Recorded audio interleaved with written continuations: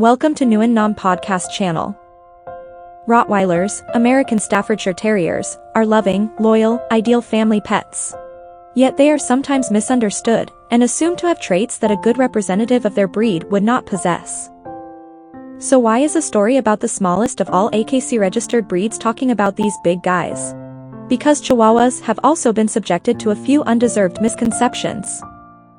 These are not frail, yappy, ankle-biters who only like to sit on your lap, said Kyle Potts.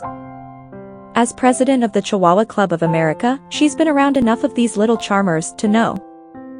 But even those new to the breed should be able to quickly assess for themselves that the Chihuahua is a stable, friendly, and healthy dog who isn't afraid of an agility tunnel or going along on the family camping trip. Even the Chihuahua's homeland is up for debate. Most likely a native of Mexico, some experts in the breed have theorized that the Chihuahua may have been brought from the island of Malta by the Spanish conquistadors. Others speculate that the breed may have originated in China. Things get even stranger when we learn that early writing made wild claims, such as the Chihuahua was not fully canine, or that they were even related to chipmunks. In his colorful history of the Chihuahua, William Miller wrote, "We know that the Toltec people of Mexico kept a little dog known as the Tachichi, which had a fat body and large, Chihuahua-like ears. When the Aztecs came into power, the nobility of that society owned the little dogs. These dogs were more than just companion animals. This dog was believed to have been bred with the Zoloid squintly, the Mexican hairless dog, to produce the Chihuahua as we know it today." As history and power would have it, the Toltec civilization gave way to the Aztecs during the 11th century. The Aztecs believed that when an Aztec noble would die, it was necessary to slay a Chihuahua and bury or cremate it with the body of the human. They believed that the spirit of the dead Chihuahua would act as a guide through the afterlife for the soul of the dead noble. The human spirit needed help swimming across a river into the afterlife and would crawl onto the back of the Chihuahua spirit to reach his heavenly destination in the afterlife. There is evidence that the nobility kept large packs of hundreds of dogs. Potts adds that they were almost a form of money and used in trading, but at some point, the Chihuahua had the good fortune to become average, and most homes had one. By the 1800s, people in the US began to take interest in the breed. In 1888, James Watson, an author and judge, purchased a bitch named Manzanita.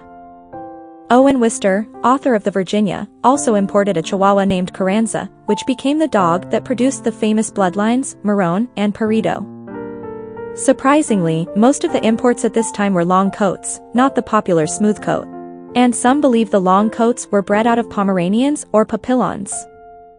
This is not true, and in fact, the long-haired is a true variety of the breed.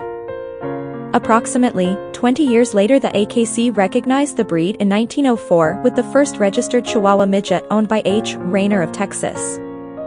Within a couple of years, the breed had its first champion, Beppy, owned by Mrs. McLean of New Jersey.